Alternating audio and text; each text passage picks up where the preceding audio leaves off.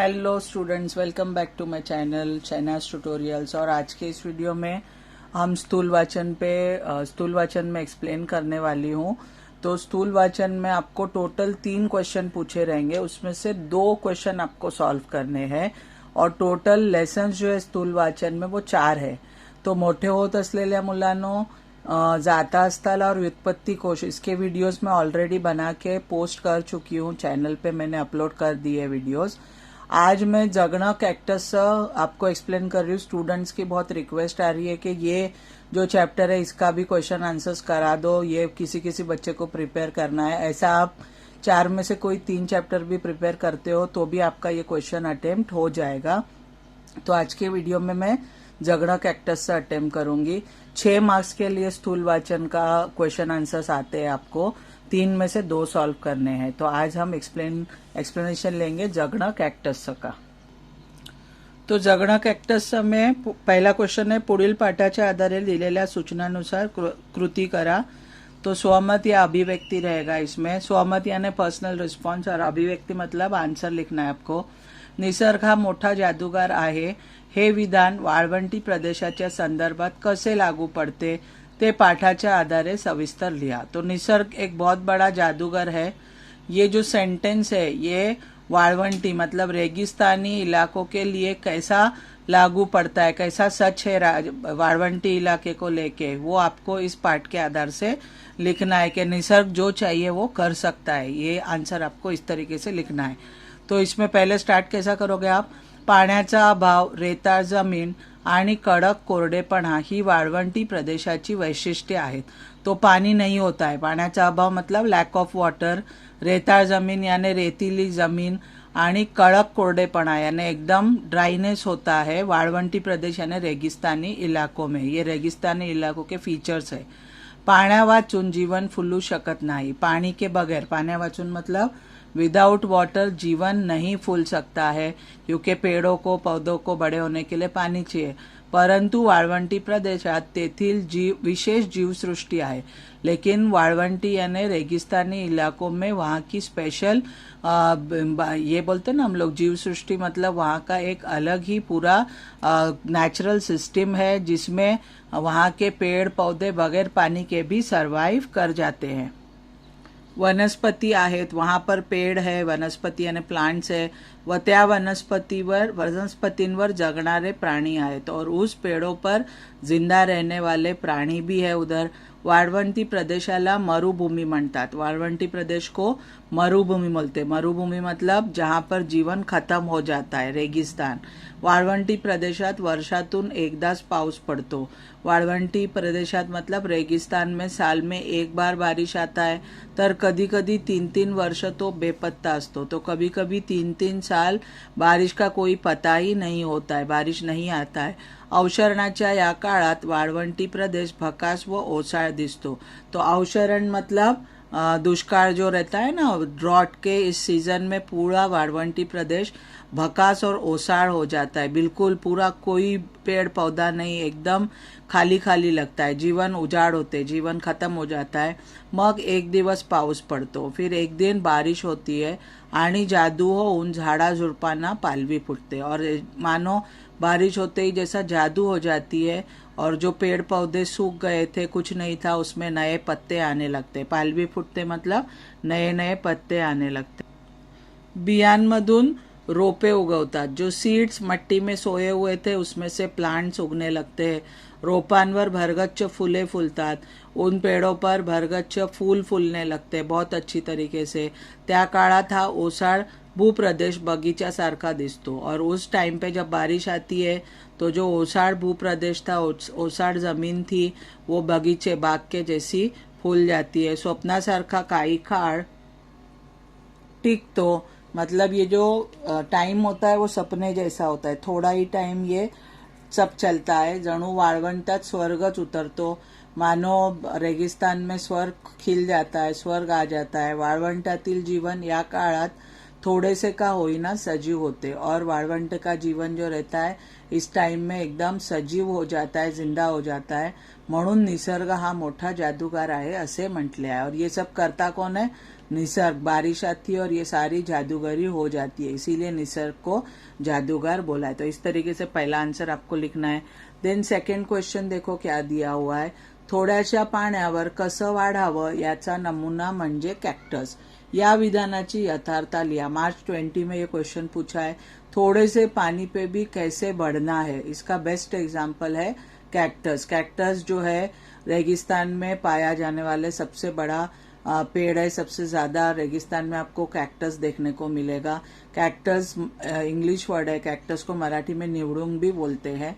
तो ये आंसर अपने को लिखना है। इसको अलग तरीके से भी पूछा जा सकता है। सेकंड वे में इसको कैसा पूछेंगे, कॅक्टस झाडांनी अवशरणात टिकून राहण्याची पैदा केलेल्या तंत्राविषयी माहिती लिहा। कैक्टस पेड़ अवशरण, अवशरण मतलब ड्रॉट जो बोलते ना, सूखा हो जाता है, बारिश नहीं होती है, उसमें भी ये पेड़ टिका रहता है। तो इन्होंने जो टेक्नोलॉजी, खुद की जो टेक्निक है कैक्टस पेड़ों की, कैसे जिंदा रहना है उसके बारे में माहिती लिया। दोनों तरीके से क्वेश्चन आ सकता है, कोई भी तरीके से, दोनों में से एक इसमें। तो ये ध्यान रखना है कि यही क्वेश्चन, ये दोनों का आंसर एक ही है। तो आइए इसका आंसर देखते हैं। वाळवंटी प्रदेशाला मरुभूमि म्हणजे जीवन संपवणारी भूमि म्हणतात। तो रेगिस्तानी इलाके को मरुभूमि बोलते हैं। मरुभूमि मतलब जहाँ पे जीवन खत्म हो जाता है, ऐसी भूमि भी बोलते हैं, क्योंकि यहाँ पानी बहुत कम होता है, सिर्फ रेत ही रेत होती है। परंतु कधी काळी पाऊस आलाच तर वनस्पती त्याचा वापर कसा करतात हे पाहण्यासारखे आहे। लेकिन जब भी यहाँ पे बारिश आता है थोड़ा बहुत, तब वनस्पति, यहाँ के पेड़ पौधे उस पानी को कैसे यूज करते ये देखने लायक है। पाऊस आला की उगवायचे आणि पाऊस संपला की बियांच्या रूपाने मातीत पडून राहायचे, हा इथल्या वनस्पतीचा नियम आहे।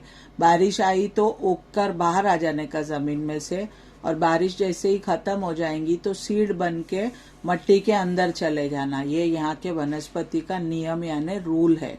ऐसा ही ये लोग नेचर के हिसाब से फॉलो करते हैं। अवशरणाचा प्रतिकार करणाऱ्या वनस्पतींमध्ये सर्वात महत्वाचा प्रकार हा कॅक्टसचा आहे।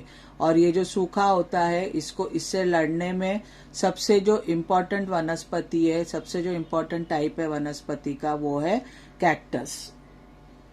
कॅक्टस या वनस्पती पाऊस पडतो तेव्हा जेवढे पाणी मिळवता येईल तेवढे स्वतःमध्ये साठवून ठेवतात आणि कोरड्या हंगामात मंद गतीने वाढत राहतात। तो कैक्टस पेड़ क्या करता है, जब बारिश होती है तो अपने अंदर जितना पानी स्टोर कर सकते उतना स्टोर करता है, साठवून ठेवतात मतलब स्टोर करता है। और ड्राई हंगामात यानी ड्राई सीजन में फिर धीरे धीरे उस पानी को यूज करके ये पेड़ बढ़ते रहते हैं। इनको बाद में पानी नहीं भी मिला तो चलता है, पहले ही ये पानी स्टोर कर लेते।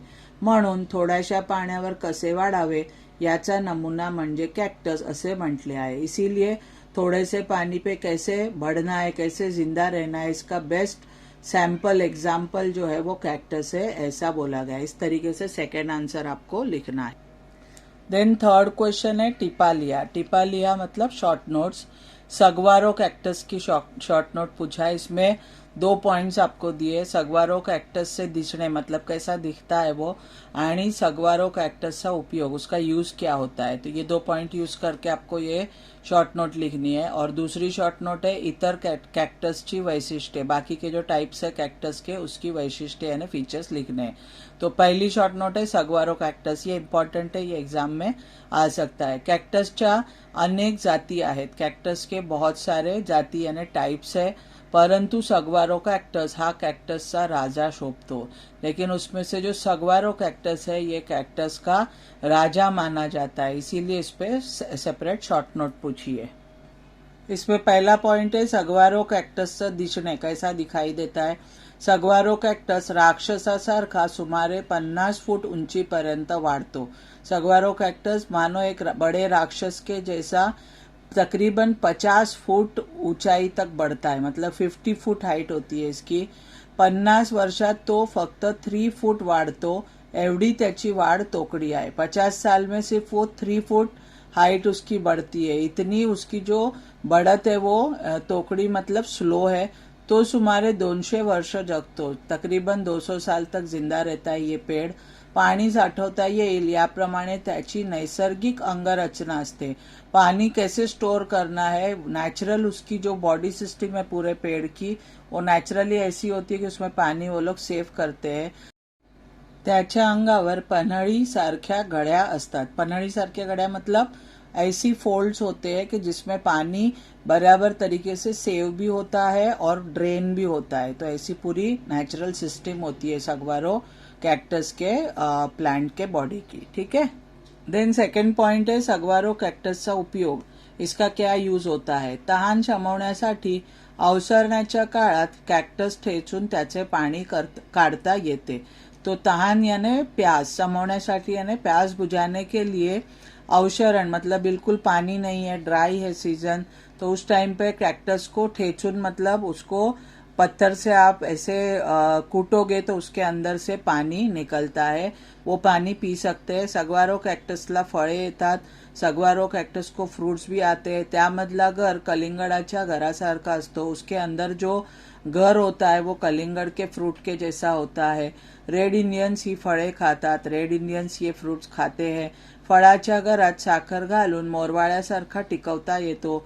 इस फ्रूट में अगर आप शक्कर डालते हो तो मोरवाड़ा मतलब मुरब्बे के जैसा, इसको आप ये भी करके स्टोर करके भी बहुत लंबे टाइम तक टिका सकते हो। है ही रेड इंडियंस से खाद्य है, ये मुरब्बा भी रेड इंडियंस का खाना है। तो इस तरीके से सगवारो कैक्टस के 2 पॉइंट दिए हुए कि वो कैसा दिखता है और उसका उपयोग, तो वो शॉर्ट नोट हो गई। अब नेक्स्ट शॉर्ट नोट है इतर कैक्टसची वैशिष्ट्ये, बाकी के कैक्टस के फीचर्स। काही कॅक्टस सगवारो कॅक्टस सारखे राक्षसासारखे दिसतात, तर काही कॅक्टस अंगठाच्या पेरासारखे खुजे असतात। तो कुछ कैक्टस सगवारो कैक्टस के जैसे एकदम ऊंचे राक्षस के जैसे होते हैं, और कुछ कैक्टस मानो ये अंगठा जो है हमारा ये वाला, उसका जो ये इतना पोर्शन है इसको अंगठ्याचा पेर बोलते। तो उतने खुजे मतलब बुटके होते हैं। कॅक्टसच्या अंगावर पन्हाळी सारख्या घड्या असतात। कैक्टस के बॉडी पर पन्हाळी सारख्या घड्या असतात, उसमें वाटर स्टोर होता है। कैक्टस हा वरच्या बाजूला निमुळता होत गेलेला सरळसोट खांब असतो। कैक्टस ऊपर जैसे जैसे बड़ा होता है तो वहां पर निमुळता मतलब एकदम उसकी जो ये है ग्रोथ है वो कम होते जाती है, और ये एक सरल सोट यानी सीधा सीधा खंबे के जैसा दिखाई देता है। कैक्टसच्या सुमारे 1000 जाती आहेत। कैक्टस के जो है 1000 टाइप्स है। अनेकांच्या आकार चित्र विचित्र आहेत। बहुत सारे कैक्टस के जो शेप है वो अजीब है। चित्र विचित्र मतलब अजीब है। कुंपणाच्या आश्रयाने राहणाऱ्या सायाळासारख्या कॅक्टसला सायाळ कॅक्टस म्हणतात। तो जो सहारा लेके बड़ा होता है, कुंपण मतलब जो आंगन में हम लोग दीवार वगैरह रहती है उसका सहारा लेके जो बड़ा होता है उसको सायाळ कैक्टस बोलते हैं। दूसरा अस्वलासारखा दिसतो म्हणून अस्वल कैक्टस। दूसरा जो है वो अस्वल यानी भालू के जैसा दिखता है तो उसको अस्वल कैक्टस बोलते हैं। एक कैक्टस पिंपासारखा दिसतो म्हणून तो पिंप कैक्टस। एक कैक्टस पिंप मतलब जो ये रहता है ना जिसमें हम लोग पानी स्टोर करते हैं टाकी जैसी, तो वो पिंप बोलते हैं उसको, तो वो पिंप कैक्टस बोलते हैं। सांबाराच्या शिंगासारखा दिसणाऱ्या कैक्टसला सांबर शिंग कैक्टस म्हणतात। और सांबर एनिमल है, उसके सिंग के जैसे दिखने वाले कैक्टस को सांबर सिंग कैक्टस बोलते हैं। पिंप कैक्टसचा उपयोग वाळवंटातून जाणाऱ्या प्रवाशांची तहान भागवण्यासाठी करतात। पिंप कैक्टस का जो यूज है वो वाळवंट यानी डेजर्ट में से जो प्रवासी ट्रैवल करते हैं उनकी प्यास बुझाने के लिए किया जाता है, क्योंकि इसमें ज्यादा पानी स्टोर होता है। पाण्याची चव तुरट असते लेकिन पानी मीठा नहीं रहता है। तुरट मतलब आंवले की कैसी टेस्ट रहती है वैसा रहता है। सायाळ कैक्टसची फळे स्ट्रॉबेरी सारखी चवीला गोड लागतात। सायाळ कैक्टस जो है उसके फ्रूट स्ट्रॉबेरी के जैसे टेस्ट में मीठे लगते हैं। तो इस तरीके से सेकेंड शॉर्ट नोट में सारे कैक्टस के फीचर्स आपको लिख दे। देन नेक्स्ट क्वेश्चन है फोर्थ क्वेश्चन, वाळवंटी प्रदेशातील झाडांना काटे असण्याची कोणकोणती कारणे असावीत असे तुम्हाला वाटते ते लिहा। तो डेजर्ट एरिया में पेड़ों को काटे क्यों होते हैं, इसके रीजंस क्या है, ये अपने ओन वर्ड्स में आपको लिखना है। ठीक है। तो वाळवंटी प्रदेशातील अनेक कैक्टस सरळसोट खांबासारखे उंच वाढतात। तो डेजर्ट एरिया में बहुत सारे कैक्टस जो है वो सीधे सीधे खंबे के जैसे बहुत ऊंचे हाईट में बढ़ जाते। त्यांच्या अंगावर धारदार बोचरे काटे पसरलेले असतात। उनके पूरे बॉडी पर धारदार यानी एकदम तेज काटे, बोचरे मतलब जो चुभते हैं ना वो काटे रहते हैं, पूरे बॉडी पर कैक्टस के काटे होते। त्यामुळे कोणताही प्राणी त्यांना तोंड लावू शकत नाही। इस वजह से कोई भी एनिमल उनको मुंह नहीं लगाता है, खाने की कोशिश नहीं करता है। काटे म्हणजे कैक्टस से संकटकाळी स्वतःच केलेले संरक्षण असते। तो ये जो काटे होते हैं वो कैक्टस के मुसीबत के टाइम पे खुद का रक्षण करने के लिए हथियार है। वाळवंटी प्रदेशातील बहुतेक झाडांना काटे असतात। डेजर्ट एरिया के मोस्टली सारे पेड़ों को काटे होते हैं। त्याला विशेष कारण असे, उसका स्पेशल रीजन ये है की ओल्या प्रदेशात काटेरी झाडे प्राण्यांनी खाल्ली तरी पाण्याची कमतरता असूनही ही झाडे पुन्हा लवकर उगवून येतात। तो ओल्या प्रदेशात मतलब जहाँ पे बारिश वगैरह बराबर से होती है, पानी की कमी नहीं है, वहां पर अगर जो है एनिमल्स पेड़ को खा भी जाते तो वहां पे वापस से झाड़ जो है वो उग जाते हैं, क्योंकि वहां पे पानी की इतनी कमी नहीं है। लेकिन वाळवंटी प्रदेशात हे शक्य नसते। लेकिन वाळवंटी प्रदेश में ये शक्य नहीं है, क्योंकि वहां पे पानी बिल्कुल नहीं होता है कि पेड़ अगर एनिमल खा गया तो वापस से उग जाएगा। पाण्याच्या दुष्काळामुळे झाड सुकून जाते, पेड़ वापस से पूरा सूख जाता है। यासाठी वाळवंटी प्रदेशातील झाडांना जणू काट्याची हत्यारे स्वर संरक्षणासाठी धार लावून ठेवली आहे। तो इसीलिए मानो ऐसा लगता है कि डेजर्ट एरिया में पेड़ को कांटों के हथियार दिए गए, जिससे वो अपना खुद का रक्षण करते हैं, स्वरक्षण यानी सेल्फ डिफेंस करते हैं। और ये कांटों को बहुत धार भी होती है, मतलब शार्प होते हैं कांटे जो बुरी तरीके से चुभ सकते हैं। तो कोई भी एनिमल इसको मुंह नहीं लगाता है और इनका जो है सेफ्टी होती है और ये जिंदा रह पाते हैं। नाउ 5th क्वेश्चन है, पाणी हेच जीवन या विधानासंबंधी तुमचे विचार लिया। ये इम्पोर्टेंट है, ये आ सकता है कि पानी ही जीवन है, ये स्वमत जैसा है। ये विधान, ये सेंटेंस के बारे में तुम्हारे विचार लिखो। तो पाणी हे पृथ्वीवरचे अमृत आहे। पानी जो है पृथ्वी पे का अमृत है, मतलब बहुत ही इम्पॉर्टंट चीज है जो हम पीते हैं। ते सर्व सृष्टीचे संजीवन आहे, पूरी सृष्टी को जान देता है, संजीवन है। पृथ्वीवरील सजीव निर्जीव सृष्टीला पाण्याची अत्यंत आवश्यकता असते। पृथ्वी पे जो भी जिंदा है, जैसे एनिमल्स है, बर्ड्स है, इंसान है, पेड़ पौधे, सबको पानी की अत्यंत यानी बहुत ज्यादा आवश्यकता है। पाण्याशिवाय पशु पक्षी प्राणी व मानवी जीवन कोमेजून जाईल। अगर पानी नहीं होगा, विदाउट वाटर पशु पक्षी एनिमल्स बर्ड्स प्राणी व मानवी जीवन सब खत्म हो जाएगा, कोमेजून जाईल यानी खत्म हो जाएगा। निसर्ग हिरवागार करण्याची किमया पाण्यामध्ये आहे। निसर्ग को हरा करने की जो जादू है वो पानी में है। किमया मतलब जादू पानी में, ये बारिश से पानी आता है और सारी सृष्टि हरी हो जाती है। पाण्यामुळे गाई गुरांना हिरवा चारा मिळतो। पानी की वजह से ही जो गाई गुरा मतलब कैटल्स है उनको हरा चारा मिलता है। तर पाण्यामुळे मानवाचे अन्नधान्य शेतात उगवते और इसी पानी के वजह से अनाज जो है वो खेतों में खड़ा होता है, खेतों में उगता है। जगातील प्रत्येक घटकाची तहान शमवण्याचे सामर्थ्य पाण्यातच आहे। वर्ल्ड में जितने भी जिंदा घटक है वो सबकी प्यास बुझाने का ताकत जो है वो पानी में ही होती है। पानी नसेल तर पृथ्वी भकास ओसाळ व वैराण होईल। पानी नहीं होगा तो पृथ्वी भकास हो जाएगी, ओसाड़ यानी पूरी बंजर हो जाएगी, वीरान हो जाएगी आणि पृथ्वीवरील जीवन नष्ट होईल और पृथ्वी पे जो जीवन है वो नष्ट हो जाएगा, खत्म हो जाएगा। म्हणून पाणी है जीवन हा मानवी इतिहासाचा मूल मंत्र है। इसीलिए पानी जीवन है, ये सबसे बड़ा फॉर्मूला है, मूल मंत्र है। इंसान को जिंदा रहना है, पृथ्वी को हरा भरा रहना है तो पानी जो है वो बहुत ही जरूरी है। इसमें आप और एक पॉइंट लिख सकते हैं, इसीलिए पानी को हमें अच्छे से सेव करके यूज करना है, पानी को वेस्ट नहीं करना है। तो इस तरीके से आप ये आंसर लिख सकते हैं। सारे 5 आंसर्स मैंने एक्सप्लेन करी हूँ इन डिटेल। कुछ डाउट हो तो कमेंट सेक्शन बॉक्स में जरूर लिखिए। आज के इस वीडियो में बस इतना ही, मिलते हैं अगले वीडियो में, तब तक के लिए बाय। चैनल को अगर सब्सक्राइब नहीं किया है तो प्लीज सब्सक्राइब कर दीजिए। Thank you so much for watching.